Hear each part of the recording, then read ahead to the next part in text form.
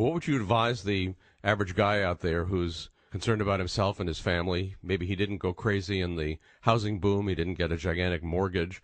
But he wants to know, what to do now. Well, I'll tell you what I do. We don't give investment advice. I buy gold. It's the only thing I don't believe in. This is a global meltdown. This is a global economic crisis. And all the governments are doing the same thing. They're printing more money, stimulus packages. They're using 1930s models for a 21st century problem. It's insane. And there's not enough money. You know the numbers, $500 trillion in derivatives, that are worthless. So what's $1 million here, $1 trillion here, $1 trillion there? It's nothing. So they're printing money and making it worthless. So I buy gold. I'm armed and protected. I believe that crime is going to go off the scales. Matter of fact, right across the street now, we're in Kingston, New York, the capital of the revolution in New York State, and we're right off the most historic corners in the country. The only place where there's a stone building on each corner. Well, the little coffee shop across the street got robbed. Petty thievery. They broke in at night. We're going to see more and more of that. It made no sense, this robbery, because the people that are doing it are out of their minds. The country's we have a growing underclass that we did not have during the Depression. We were an ascending nation. You look at the numbers, and I'm certainly not a classist. I'm a guy that grew up in the Bronx, but you look at the numbers, and you have graduation rates under 50% in high school graduations in major cities.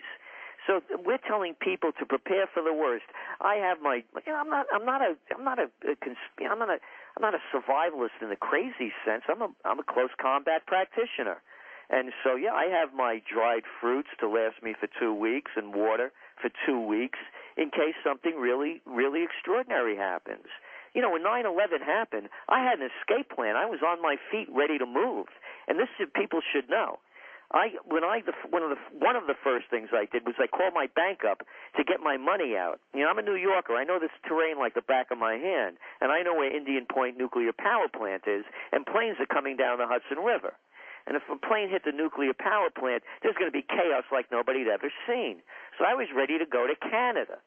And I had my gold, I had my guns, but I didn't have my money, because I couldn't get out of the Fleet Bank because I had it in CDs.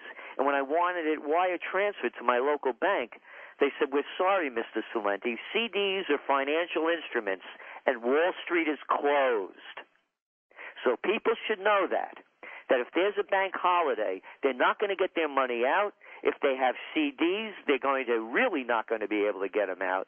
So we're saying to people, it doesn't cost anything to take protective measures.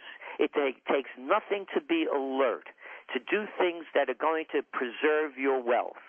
And so those are the kind of things that I recommend. Gerald Celente, thank you very, very much. I want to urge everybody to take a look at trendsresearch.com. And I certainly agree with Gerald's points about gold, guns, and having some cash in your own possession outside the banking system. Gerald Celente, thanks a million. Thank you.